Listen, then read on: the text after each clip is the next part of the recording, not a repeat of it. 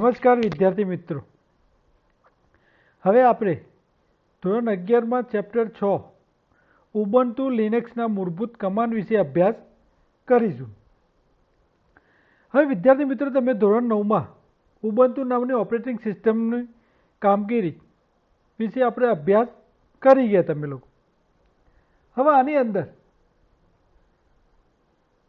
આગળ વધારામાં command line interface, ઉબુન્ટુની અંદર કમાન્ડ લાઇન ઇન્ટરફેસ અને ગ્રાફિક અથવા ગ્રાફિક યુઝર ઇન્ટરફેસનો ઉપયોગ કરીને આપણે કમ્પ્યુટર સાથે સંવાદ કરી શકીએ.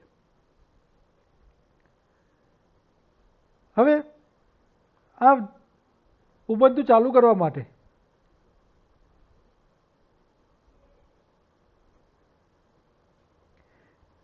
એમાં ટર્મિનલ આવે છે. ઉબુન્ટુ જે એપ્લિકેશન છે, જે રીતે આપણે વિન્ડોઝ એક્સપી એપ્લિકેશન છે એવી જ રીતે ઉબુન્ટુ એપ્લિકેશન છે. તો એ એપ્લિકેશન આપણા કમ્પ્યુટરમાં નાખેલી હોય અને નાખ્યા પછી એટલે કે ઇન્સ્ટોલ કરેલી હોય એના પછી એની અંદર ટર્મિનલ ચાલુ કરવા માટે અહીંયા આ ચેપ્ટરમાં આપણે કમાન્ડ લાઇન ઇન્ટરફેસ વિશે અભ્યાસ કરવાના છીએ. આ એક ઉબુન્ટુ સિસ્ટમનો સૌથી પ્રભાવશાળી ભાગ છે. તો આ કમાન્ડ લાઇન ઇન્ટરફેસ એની અંદર કામ કરવા માટે આપણે ટર્મિનલ ચાલુ કરવું પડે ઉબુન્ટુની અંદર. તો ગ્રાફિકલ ઇન્ટરફેસમાં કમાન્ડ લાઇન કોન્સોલ ખોલવા લિનક્સમાં ટર્મિનલ નામની એક વિન્ડો આપવામાં આવેલ છે. આ વિશે આપણે પ્રેક્ટિકલમાં આગળના વિડીયોમાં અભ્યાસ કરીશું. એના પહેલાં અહીંયા થિયોરિટિકલ જે કંઈ હોય એના વિશે આપણે અભ્યાસ કરી દઈએ, જે તે કમાન્ડ, અને એને સાથે પછીના વિડીયોમાં જે તે કમાન્ડના પ્રેક્ટિકલ વિશે પણ આપણે અભ્યાસ કરીશું. તો પહેલાં થિયોરિટિકલ સમજી લઈએ. તો આ ટર્મિનલ વિન્ડો ખોલવા માટે જે રીતે વિન્ડોઝ એક્સપીની અંદર સ્ટાર્ટ મેનુ આવે છે એવું ઉબુન્ટુની અંદર એપ્લિકેશન મેનુ છે. એના પછી એસેસરીઝ ઉપર ક્લિક કરવાનું. આ એપ્લિકેશન મેનુ જેમ અહીંયા વિન્ડો એક્સપીમાં અહીંયા સ્ટાર્ટ મેનુ આવેલું હોય છે એ જ રીતે ઉબુન્ટુની અંદર એપ્લિકેશન મેનુ અહીંયા ઉપરની સાઈડ જ્યાં ટાઇટલ બાર હોય છે ત્યાં આગળ આવેલું હોય છે. એમાં એસેસરીઝ ઉપર ક્લિક કરીને ટર્મિનલ નામની જે ઓપ્શન આવે એના ઉપર ક્લિક કરીશું, અથવા તો એના બદલે એની શોર્ટકટ કી Ctrl+Alt+T. આ એક્ઝામમાં પૂછી શકાય વિદ્યાર્થી મિત્રો કે ટર્મિનલ વિન્ડો ઓપન કરવા માટેની શોર્ટકટ કી કઈ છે? તો Ctrl+Alt+T. આ ત્રણેય કી આપણે એક સાથે દબાવીશું તો આપણને આ જે 6.1માં જે આકૃતિ દેખાય એ આકૃતિ અહીંયા આપણે ટર્મિનલ વિન્ડો ઓપન થશે આ રીતની. એમાં અલગ અલગ મેનુ આપેલા છે. આ એનું લોગિન છે અને આ છેલ્લે ડોલર પ્રોમ્પ્ટ છે. એના વિશે થોડુંક થિયોરિટિકલ જોઈ લઈએ આપણે. છેલ્લું ચિહ્ન ડોલર છે. તો આ જે ડોલર અને એના પછી જ્યારે વિન્ડો આપણે પ્રેક્ટિકલ માટે ચાલુ કરીશું ટર્મિનલ વિન્ડો, ત્યારે ડોલર પછી અહીંયા એની પછી તરત જ એક સતત ઝબૂકતી એક નાની લીટી દેખાશે. એના આપણે કર્સર કહીશું. આ પણ પૂછી શકાય વિદ્યાર્થી મિત્રો. ડોલર અને પછી સતત ઝબૂકતી એક નાની લીટી જેને કર્સર કહીશું.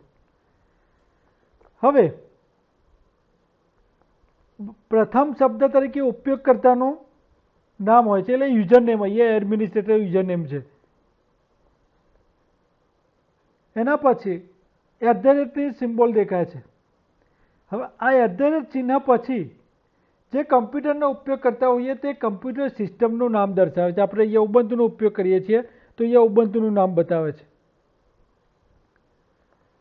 અંતમાં આપણને 2 કોલન ચિહ્ન જોવા મળશે અને એના પછી જે ડિરેક્ટરીમાં કામ કરતા હોઈએ આપણે કોલન પછી જે ડિરેક્ટરીમાં કામ કરતા હોઈએ તે ડિરેક્ટરીનું નામ દર્શાવવામાં આવે છે. મોટાભાગે આપણે સામાન્ય રીતે એટલે કે હોમ ડિરેક્ટરીમાં જ કાર્ય શરૂ કરતા હોય તેથી તેને આપણે આ ચિહ્ન દ્વારા દર્શાવાય છે. આ ચિહ્ન કયું કહેવાય? તો આ ચિહ્નને આપણે ટિલ્ડ સાઇનથી ઓળખીશું. આ જે ચિહ્ન દેખાય ડોલરની આગળની સાઈડ, કોલન અને ડોલરની વચ્ચેની જે સાઇન છે એને આપણે ટિલ્ડ સાઇન કહીશું. હવે કમાન્ડ પ્રોમ્પ્ટ. કમાન્ડ પ્રોમ્પ્ટ એ સૂચવે છે કે ઇન્ટરફેસ હવે ઉપયોગકર્તા સાથે કમાન્ડ સ્વરૂપે સંવાદ કરવા તૈયાર છે. કમાન્ડ એક મૂળભૂત રીતે એક પ્રોગ્રામ જ છે. હવે અહીંયા સેલ શબ્દ જોઈ લઈએ તો સેલ એ કમાન્ડ લાઇન ઇન્ટરફેસ છે. આપણને એક્ઝામમાં પૂછી શકાય. કમાન્ડ લાઇન ઇન્ટરફેસ છે, જે કમાન્ડ આપે છે અને તે સ્વીકાર છે તેનું અર્થઘટન પણ કરે છે.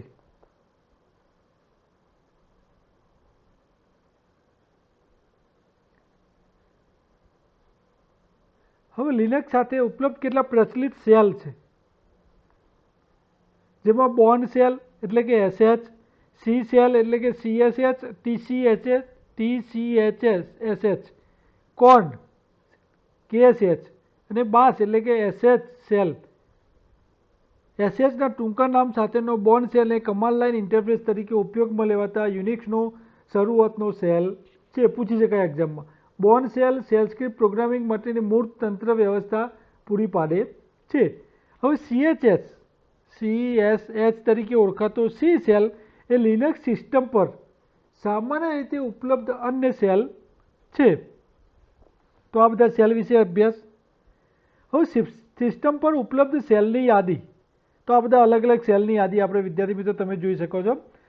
આપણી સિસ્ટમમાં ઉપલબ્ધ તમામ સેલ શોધી કાઢવા માટે આપણે કેટ કમાન્ડ, જેને આપણે પ્રેક્ટિકલ દ્વારા પાછળથી ચેક કરીશું, CAT કમાન્ડનો ઉપયોગ કરી શકીએ છીએ આપણે ઉપલબ્ધ સેલ વિશે માહિતી મેળવવા માટે.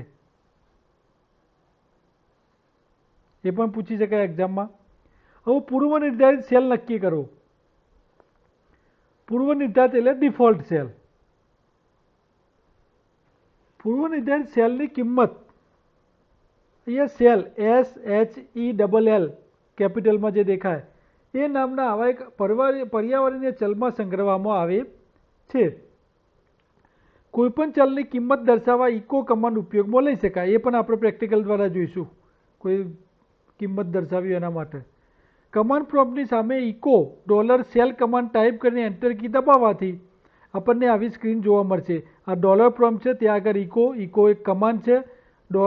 $SHELL સેલની માહિતી મેળવવા માટે આપણે $સેલ લખ્યું તો એ કયો સેલ છે એની માહિતી અહીંયા આપણે જોઈ શકીએ છીએ. લિનક્સ કમાન્ડ કેસ સેન્સિટિવ છે. આને વિશે પણ આપણે જોઈ લઈએ. લિનક્સ કમાન્ડ કેસ સેન્સિટિવ છે એટલે અંગ્રેજીમાં મોટા અક્ષર અને નાના અક્ષર, કેપિટલ અને સ્મોલ બંને અલગ અલગ છે, સંવેદનશીલ છે. એટલે કે કેપિટલ એ અને સ્મોલ એ બંનેને જુદા ગણે છે. એને આપણે કેસ સેન્સિટિવ કહીશું. હવે સેલને બદલવો.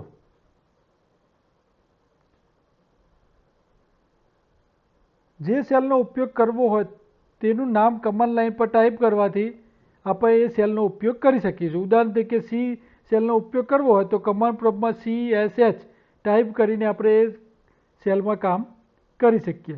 હવે કમાન્ડ જે છે એની વાક્ય રચના. તો લિનક્સ કમાન્ડની વાક્ય રચના એક સરખી છે, તેમાં 3 ભાગ હોય છે. આ પણ પૂછી શકાય કે લિનક્સ કમાન્ડની વાક્ય રચનાના કેટલા ભાગ હોય છે. તો સૌથી પહેલાં કમાન્ડનું નામ એટલે કે નેમ. કમાન્ડનું નામ છે, દાખલા તરીકે ઇકો. એના પછી વિકલ્પ એટલે ઓપ્શન આપેલું છે. કમાન્ડની સાથે ઇચ્છિત વધારાના વિકલ્પો લગાડવાથી એમાં જરૂરી ફેરફાર અથવા સુધારામાં કરી શકાય છે, જે રીતના કમાન્ડની આપણે માહિતી જોઈતી હોય એ પ્રમાણે. એના પછી સંલગ્ન મૂલ્ય આર્ગ્યુમેન્ટ. તો વિકલ્પોની સાથે ઉપયોગ કરતા કમાન્ડનું ઇચ્છિત સ્વરૂપે પરિણામ મેળવવા તેની સંલગ્ન મૂળ પણ આપી શકે છે, એટલે આર્ગ્યુમેન્ટ આપી શકે છે. કોઈપણ કમાન્ડ કાર્ય પાર પાડવા માટે 0 કે વધુ સંલગ્ન મૂલ્યો લઈ શકે. કોઈમાં ન પણ હોય ને કોઈમાં એક લઈ પણ શકે. તો આ લિનક્સ કમાન્ડની દ્વિઅંકી બાઇનરી ફાઇલ જે હયાત છે કે કેમ એ આપણે આંતરિક કમાન્ડ અથવા બાહ્ય કમાન્ડ તરીકે વર્ગીકૃત કરી શકાય. આ રીતે એમાં અલગ અલગ આપેલું છે. એમાં પ્રોસેસ ID બનાવે છે અલગ અલગ. હવે આ કમાન્ડ, એમાં ટાઈપ કમાન્ડ સૌથી શરૂઆતમાં આપેલું છે. આપણે પછી જે કંઈ કમાન્ડ ટાઈપ કરવાનો પછી આપણે ટાઈપ કરવાનું હોય છે. તો ટાઈપ કમાન્ડ. તો આ રીતે ટાઈપ ઇન્ફો આપણે આપીશું તો એમાં એની અલગ અલગ માહિતી એમાં બતાવશે.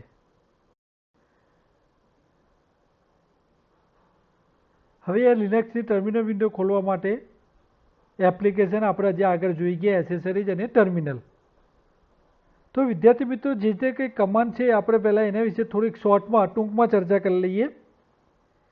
તો એમાં લિનક્સના આદેશ એટલે કે કમાન્ડ, ઇંગ્લિશમાં એને કમાન્ડ કહીશું. ડોલર ચિહ્નને કમાન્ડ પ્રોમ્પ્ટ તરીકે ઓળખવામાં આવે છે. ફાઇલનો અંત દર્શાવવા માટે Ctrl+D વપરાય છે. હવે આ બધા અલગ અલગ કમાન્ડ છે. તો મેન કમાન્ડ છે મદદ મેળવવા માટે. મેન કેટ એટલે કેટ કમાન્ડની મદદ મેળવવા માટે આ રીતે મેન અને એને જે તે કમાન્ડની મદદ મેળવવી હોય, જે તે કમાન્ડની માહિતી જોઈતી હોય તો એને પહેલાં મેન લખવાનું અને પાછળ જે કમાન્ડ વિશે માહિતી જોઈતી હોય એ કમાન્ડનું નામ લખવાનું. અહીંયા કેટ કમાન્ડ વિશે આપણે માહિતી જોઈએ તો એની મદદ મેળવવા માટે આપણે આ રીતે ટાઈપ કરી શકીએ. એના પછી cal કેટ કમાન્ડ છે. કેલેન્ડર cal તો ચોક્કસ મહિના અથવા વર્ષનું કેલેન્ડર મેળવવા માટે આપણે cal કમાન્ડ આપી શકીએ. cal 2009 તો વર્ષ 2009નું કેલેન્ડર મેળવવા માટે. ડેટ તો કમ્પ્યુટરની તારીખ દર્શાવવા માટે, કમ્પ્યુટરમાં જે ડિફોલ્ટ તારીખ હોય એ તારીખ દર્શાવવા માટે. હવે બીસી કમાન્ડ લાઇન કેલ્ક્યુલેટર છે. કમાન્ડ લાઇન કેલ્ક્યુલેટર મતલબ એની અંદર તમારે કોઈ પણ મેથેમેટિકલ ફંક્શન કરવા હોય, માનો કે ગુણાકાર, ભાગાકાર, બાદબાકી અથવા એસક્યુ વર્ગમૂળ, તો એ શોધવા માટે આપણે બીસી કમાન્ડ આપીશું. એના પછી કમાન્ડ લાઇન કેલ્ક્યુલેટર આવશે ને એની અંદર આ રીતે પ્રોસેસ કરી શકાય. એસક્યુઆરટી બ્રેકેટમાં 16 આપીશું તો કોઈ સંખ્યાનું વર્ગમૂળ શોધવા માટે આ કમાન્ડ આપી શકાય. એ ક્યારે ડોલરની અંદર બીસી આપ્યા પછી જ. એના પછી ઇકો સંદેશ દર્શાવવા માટે તો આ રીતે ઇકો કમાન્ડ લખીને ઇન્વર્ટેડ કોમામાં હાઈ આઈ એમ લર્નિંગ લિનક્સ કમાન્ડ આપીશું તો આ રીતનો મેસેજ આપણને જોવા મળશે.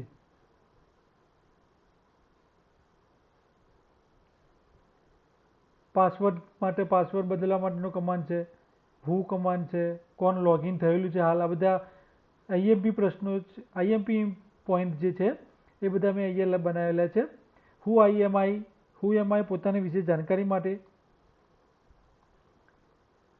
ઇકો $હોમ પોતાની હોમ ડિરેક્ટરી ચકાસવા માટે. PWD પ્રેઝન્ટ વર્કિંગ ડિરેક્ટરી એટલે હાલની કામકાજની ડિરેક્ટરી ચકાસવા માટે. MKDIR મેક ડિરેક્ટરી એટલે નવી ડિરેક્ટરી બનાવવા માટે. MKDIR એ કમાન્ડ આપવાનું, પછી સિટીનું નામ આપીશું એટલે સિટી આપણે એનું ડિરેક્ટરીનું નવું નામ આપ્યું, સિટી નામની ડિરેક્ટરી બનાવવા માટે. CD ડિરેક્ટરી ચેન્જ કરવા માટે, બદલવા માટે. માનો કે આપણે ડી ડ્રાઈવની અંદર કમલેશ નામના ફોલ્ડરમાં છીએ તો ચેન્જ કરવા ડી ડ્રાઈવમાં પાછા આવવું હોય તો એના માટે CD કમાન્ડનો ઉપયોગ કરી શકીએ. CD સિટી તો એની અંદર એડ થઈશું, જેમ ફોલ્ડરની અંદર આપણે ક્લિક કરીને અંદર જઈએ છીએ એ પ્રમાણે. CD તો હાલની કામકાજની ડિરેક્ટરી બદલીને હોમ ડિરેક્ટરીમાં એટલે એક સ્ટેપ આગળ જવા માટે એટલે પાછળ. કેટ કમાન્ડ નવી ફાઇલ બનાવવા માટે. કેટ કમાન્ડનો ઉપયોગ આ તમે જોઈ શકો છો ઘણી બધી રીતે. Cat single greater than test1 હોય તો test1 નામની નવી ફાઇલ બનાવવા માટે. આ ખાસ ધ્યાનમાં રાખજો વિદ્યાર્થી મિત્રો કે આમાં કન્ફ્યુઝન થાય છે ઘણીવાર કે કયો કમાન્ડ શાના માટે વપરાય છે, કારણ કે કેટ કમાન્ડ ઘણી જગ્યાએ વપરાય છે. કેટ test1 હોય એમાં કોઈ સાઇન ના હોય વચ્ચે તો એ બનાવેલી ફાઇલનું લખાણ દર્શાવવા માટે. Cat double greater than test1 તો test1 નામની ફાઇલના છેડે વિગતો ઉમેરવા માટે. test1 નામની ફાઇલ આપણે આગળ બનાવેલી છે અને એની અંદર બીજા વધારાની ડિટેલ એડ કરવી છે તો એના માટે double greater than. Cat test1 test2 greater than test3 તો test1 અને test2 નામની ફાઇલ જે આપણે આગળ બનાવેલી છે એ બંને ફાઇલનું લખાણ એક ત્રીજી ફાઇલમાં test3 નામની ફાઇલમાં લઈ જવા માટે એટલે એ નામે નવી ફાઇલ બનાવવા માટે આપણે આ રીતે કમાન્ડ આપી શકીએ. એના પછી ls છે. ls ફાઇલોની અને ડિરેક્ટરીની યાદી મેળવવા માટે. ls-a સંતાડેલી ફાઇલો ડિરેક્ટરી યાદી. કેપિટલ R માં ડિરેક્ટરી સાથે સબ ડિરેક્ટરીની યાદી મેળવવા માટે. -a તો આવી ગયું આપણે એમાં. પછી T છે જેનો પ્રથમ અક્ષર T હોય તેવી ફાઇલોની યાદી મેળવવા માટે. આપણને એક્ઝામમાં પૂછી શકાય તો જેનો ફાઇલનો પહેલો અક્ષર T હોય પાછળ ગમે તે અક્ષર હોય તો આપણે આ જે વાઇલ્ડ કાર્ડ છે ક્વેશ્ચન માર્ક અને સ્ટાર એ બંનેનો ઉપયોગ અહીંયા કરી શકીએ. CP કોપી કરવા માટે. test1 નામની ફાઇલ test1 માં કોપી કરવા માટે. MV એટલે મૂવ test1 નામની ફાઇલનું નામ બદલીને t1 કરવા માટે ફાઇલનું નામ પણ અથવા તો મૂવ પણ કરી શકીએ. rm રિમૂવ એટલે t1 નામની ફાઇલને દૂર કરવા માટે. rmdir એટલે રિમૂવ ડિરેક્ટરી, આ અહીંયા ફાઇલ રિમૂવ કરે છે. rmdir એટલે રિમૂવ ડિરેક્ટરી. wc આ પણ ઇમ્પોર્ટન્ટ છે વિદ્યાર્થી મિત્રો. wc વર્ડ કાઉન્ટ, વર્ડ નહીં વર્ડ, WORD વર્ડ એટલે શબ્દો કાઉન્ટ. ફાઇલમાં રહેલી લીટીઓ એટલે કે L, શબ્દો એટલે કે W અને અક્ષરો એટલે C ગણવા માટે. લીટીઓ એટલે લાઇન, એનો પહેલો અક્ષર L છે. શબ્દો એટલે વર્ડ, W પહેલો અક્ષર છે અને અક્ષરો એટલે કેરેક્ટર, એનો પહેલો અક્ષર C છે. યાદ રાખવા માટેના સ્ક્રિપ્ટ છે. તો આ રીતે WC વર્ડ કાઉન્ટ એની સાથે તમે L, W અથવા C નો ઉપયોગ કરીને જે વસ્તુની ગણતરી કરવી હોય કેરેક્ટરની કે શબ્દોની કે લીટીઓની એ તમે એની સાથે આપી શકો છો. એના પછી gzip, GZAIP T1 નામની ફાઇલનું સંકોચન એટલે કોમ્પ્રેસ કરવા માટે. gunzip એટલે અસંકોચન કરવા માટે. tailct ટેલ એટલે પૂંછડી. ct નામની ફાઇલની છેડાની એટલે છેલ્લે જે લીટીઓ આવતી હોય એ લીટીઓ દર્શાવવા માટે. આ બધું પ્રેક્ટિકલમાં આપણે જોઈશું પાછળના વિડીયોમાં. headct એટલે હેડ એટલે મથારું, સૌથી આગળની ફાઇલની શરૂઆતની લીટીઓ દર્શાવવા માટે. એમાં પછી અલગ કટ, ફાઇન્ડ અને કમાન્ડ, એમાં કમાન્ડ પણ છે. કટ અને ફાઇન્ડ કમાન્ડ પણ એની અંદર છે. તો આ જે અહીંયા કમાન્ડ જોયા અને બુકમાં છે એ પ્રમાણે આપણે આગળ એનો પ્રેક્ટિકલ દ્વારા અભ્યાસ કરીશું. તો અહીંયા આટલું થિયરિટિકલ આપણે સમજી લીધું ચેપ્ટરમાં. આભાર. અસ્તુ.